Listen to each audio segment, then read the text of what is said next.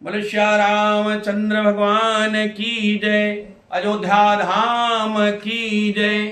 मित्रों, सीता हरण का प्रसंग चल रहा है, जिसमें शूर्पणखा पंचवटी में गई, खरदूषण का वध हुआ दूसरे पार्ट में, और आज तीसरे पार्ट में आपको शूर्पणखा लंका पहुंचती है और अपने भाई रावण से बताती है, अपनी व्यथा सुनाती है। तो आज कथा शूर्पणखा और रावण संवाद की है। तो मित्रों, कथा सुनिए। यदि आपको अच्छा लगे, सुंदर लगे, तो आप हमारी कथा को लाइक और कमेंट करिए, क्योंकि आप यदि लाइक कमेंट करेंगे तो मुझे लगेगा कि हाँ, मैं परिश्रम जो कर रहा हूं वो पूर्ण हो रहा है। इन्हीं बातों के साथ बोले अयोध्या धाम की। जब कर दूषण का हुआ रण में काम तमाम, शूर्पणखा को फिर वहां पल भर भी विश्राम। शूर्पणखा वहां पल भर विश्राम नहीं की। जैसे कुबरी ने दिया अवध प्रदेश उजाड़, त्यों ही नकटी बन गई लंका की पतझड़। अब वो नकटी जो है एक वंश को समाप्त करके दूसरे की तरफ जाती है। त्यों ही नकटी बन गई लंका को पतझड़, झगड़े की जड़ बढ़ गई आगे को तत्काल। 10 कंधर की सभा में बोली हो करलाल, पड़ जाए इस राज पर और ताज पर खाक, तेरे होते कट गई आज बहन की नाक।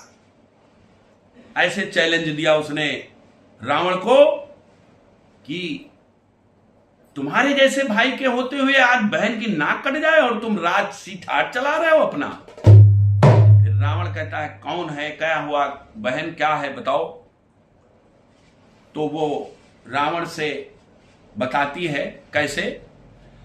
अरे भाई, 2 लड़के राम लखन इस दांडक वन में आए हैं, इस दांडक वन में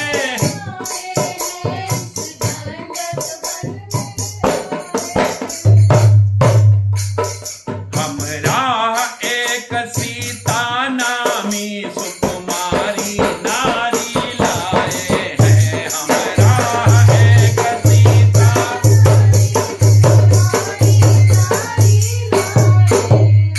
हे भैया, हरे बाके हैं और लड़ाके हैं, हर गोया शमशीर उन्हीं की है, गोया शमशीर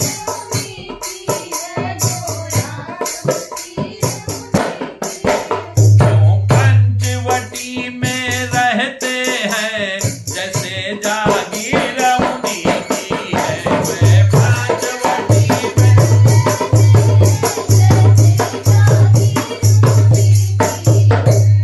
हे भैया, अरे मैं उधर अचानक निकल गई, उस नारी से मिलना चाहा, उस नारी से मिलना चाहा, उस नारी से मिलना चाहा।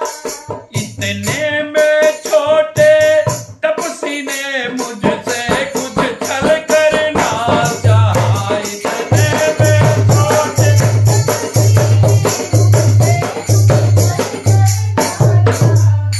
हे भैया, अरे जब मैंने तेरा नाम लिया तो उसने मुझको दी गाली, तो उसने मुझको दी गाली, तो उसने मुझको दी गाली।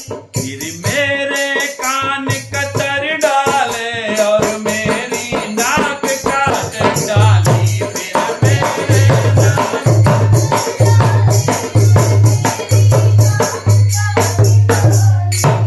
हे भैया, अरे मेरी नाक गई सो गई, अरे अब अपनी नाक बचा भैया, अब अपनी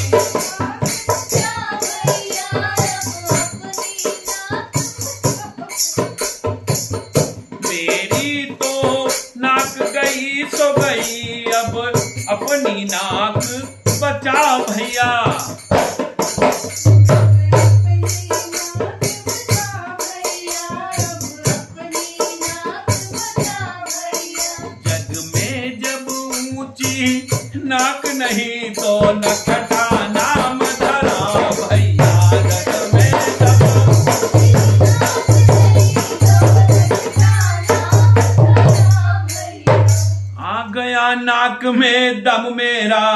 नाकारे तेरी दुहाई है, नाकारे तेरी दुहाई है, भगनी की नहीं हंसी है या भाई की लोकदाई है, भगनी की या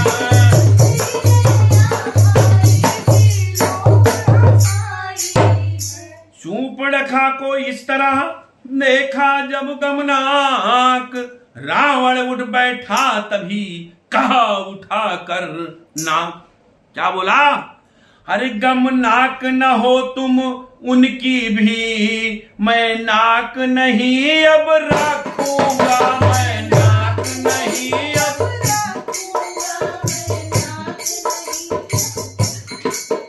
भेजा नथुनों की राह करूं, मिर्चों का नाश उन्हें दूंगा, भेजा नथुनों की।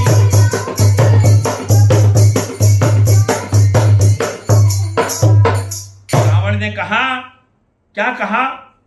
हर नारी की नाक उड़ाने में होती है नाक नहीं ऊंची होती है,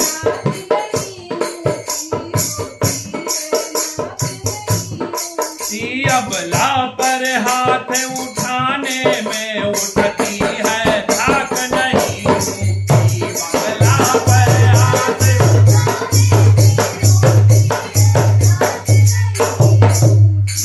मैं चला नाक की सीध अभी, रावण कह रहा है, अरे मैं चला नाक की सीध अभी, नाके पर उनको पकड़ूंगा, नाके पर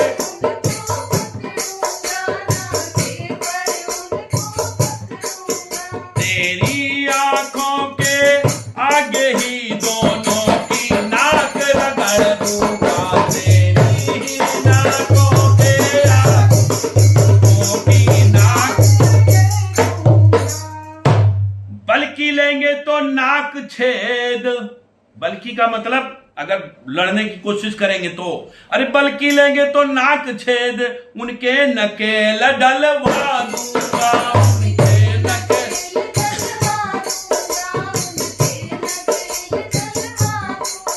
यमपुर का नाका दिखला कर बस नाको जने चबा दूंगा, यमपुर का।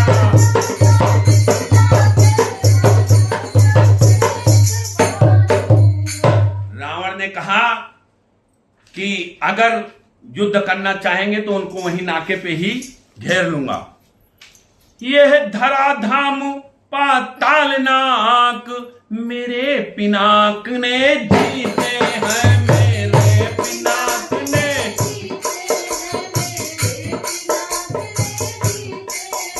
ऐसे मेरे बाघ और बकरी जल एक घाट पर पीछे हैं, बाघ और जल एक घाट पर। अरे यह समाचार, यह दुराचार क्या खरदूषण से नहीं कहा, क्या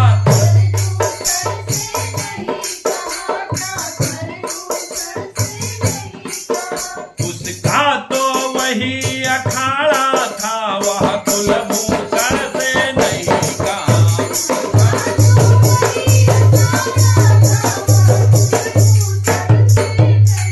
रावण ने कहा, हे बहन शूर्पणखा, क्या ये समाचार तुमने खर और दूसर से नहीं बताया? उनका तो वो क्षेत्र है, उनका एरिया है, उनका अखाड़ा है। वह बोली, मुझ पर हुआ जब यह अत्याचार, पहले उन पर ही गई कहा सब समाचार। बताई उसने, अरे वे सेना लेकर गए वहां, अत्यंत घोर संग्राम किया,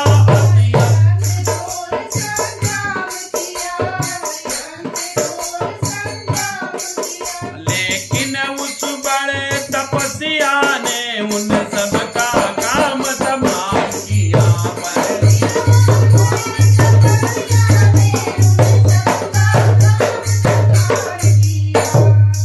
पृथ्वी पर नदी रुधिर की थी, लाशों पर लाशें पटती थी, लाशों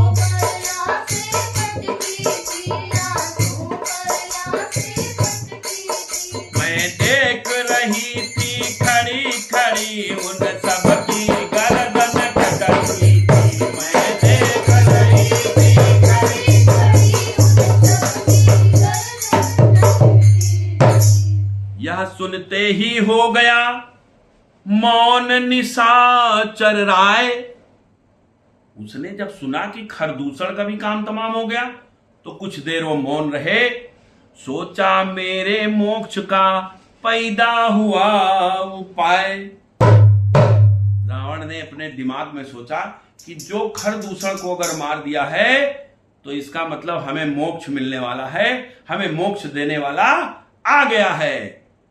जब एक अकेली ताकत ने इन सब वीरों को मार दिया, इन सब वीरों को मार दिया, इन सब वीरों को मार दिया, तो फिर निश्चय यह सिद्ध हुआ नारायण ने अवतार लिया, तो फिर यह निश्चय सिद्ध हुआ नारायण ने अवतार लिया। अपना परिचय देने ही को दिखलाई है यह युक्ति मुझे दिखलाई है,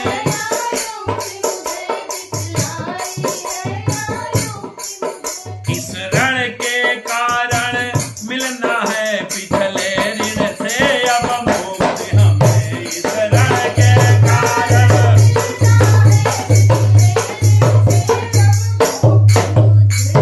रावण बहुत बुद्धिमान था।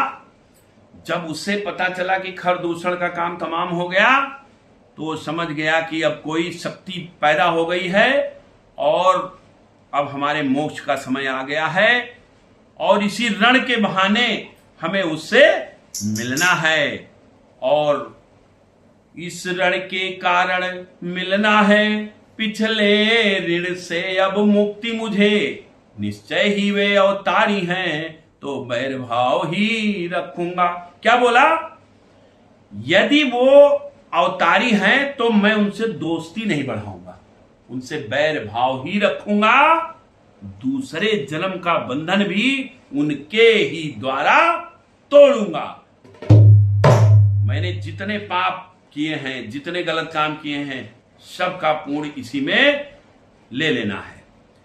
यह मौत नहीं है मोक्ष है, यह लड़ना है नहीं मिलन है, यह लड़ना है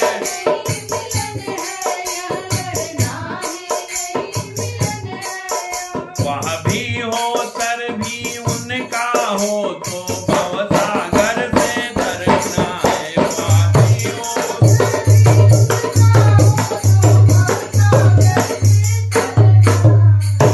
इन्हीं विचारों ने किया कुछ क्षण तक आनंद, भक्ति भाव फिर कर लिया मन मंदिर में बंद। सोचा विचारा और उसको भक्ति भाव अपने दिमाग में रखा। प्रकट हुई भौहें कुटिल, नेत्र हो गए लाल, चला एकदम तड़क कर ली तलवार निकाल। रावण ने तलवार निकाला और चल दिया। फिर क्या बोला? अरे वो एक काटे नाक कान, फिर जिंदा रहे जमाने में, फिर जिंदा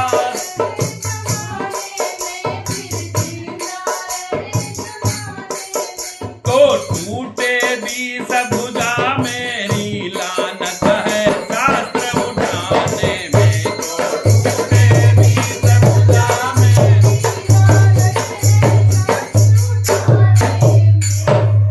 फिर शूर्पणखा से क्या बोला?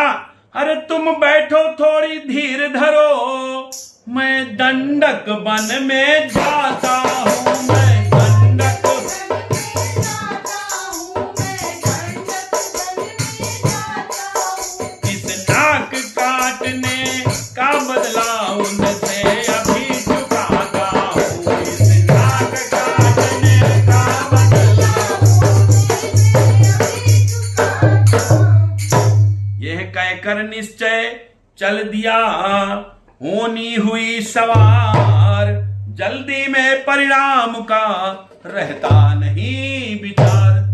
कोई मित्रों अचानक दुर्घटना हो उस पर विचार करके फिर कोई काम किया जाना चाहिए। अगर तुरंत निर्णय क्रोध में आपने ले लिया तो वो गलत ही होगा। क्यों? क्योंकि क्रोध पाप की जड़ है, क्रोध पाप का। तो इसलिए कोई भी कार्य करने के पहले थोड़ा विचार करें। जैसे कि रावण ने यहां गलती किया, विचार नहीं किया, चल दिया।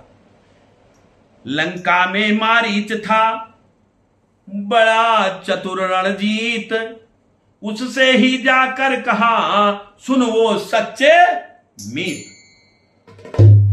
लंका में एक मारीच रहते थे जो इनके मामा भी लगते थे रावण के।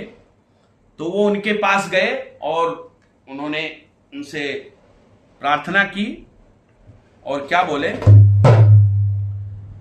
संकट में संग हो प्यारों के, अपने प्यारों का कर्म यही, अपने प्यारों का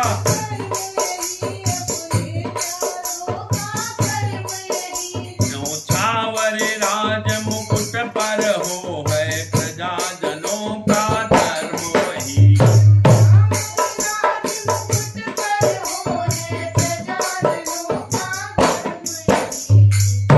मित्रों, रावण को संदेशा मिल गया, शूर्पणखा ने बताया, तो वो अब लड़ाई के लिए निकल पड़ा, बदला लेने की भावना से निकल पड़ा है। और उसके मामा मारीच थे, उनके पास वो गया है कुछ यत्न करने के लिए, कुछ अपनी व्यवस्था बनाने के लिए। वो प्रसंग अगले भाग में आपको सुनाएंगे। छोटा छोटा रहेगा तो आपको सुनने भी आराम है। तो मित्रों, यदि ये कथा अच्छी लगी हो तो हमें लाइक और कमेंट के माध्यम से अवगत कराइएगा। तब तक के लिए हमें आज्ञा दीजिए। बोलो श्री रामचंद्र भगवान की जय, अयोध्या धाम की जय।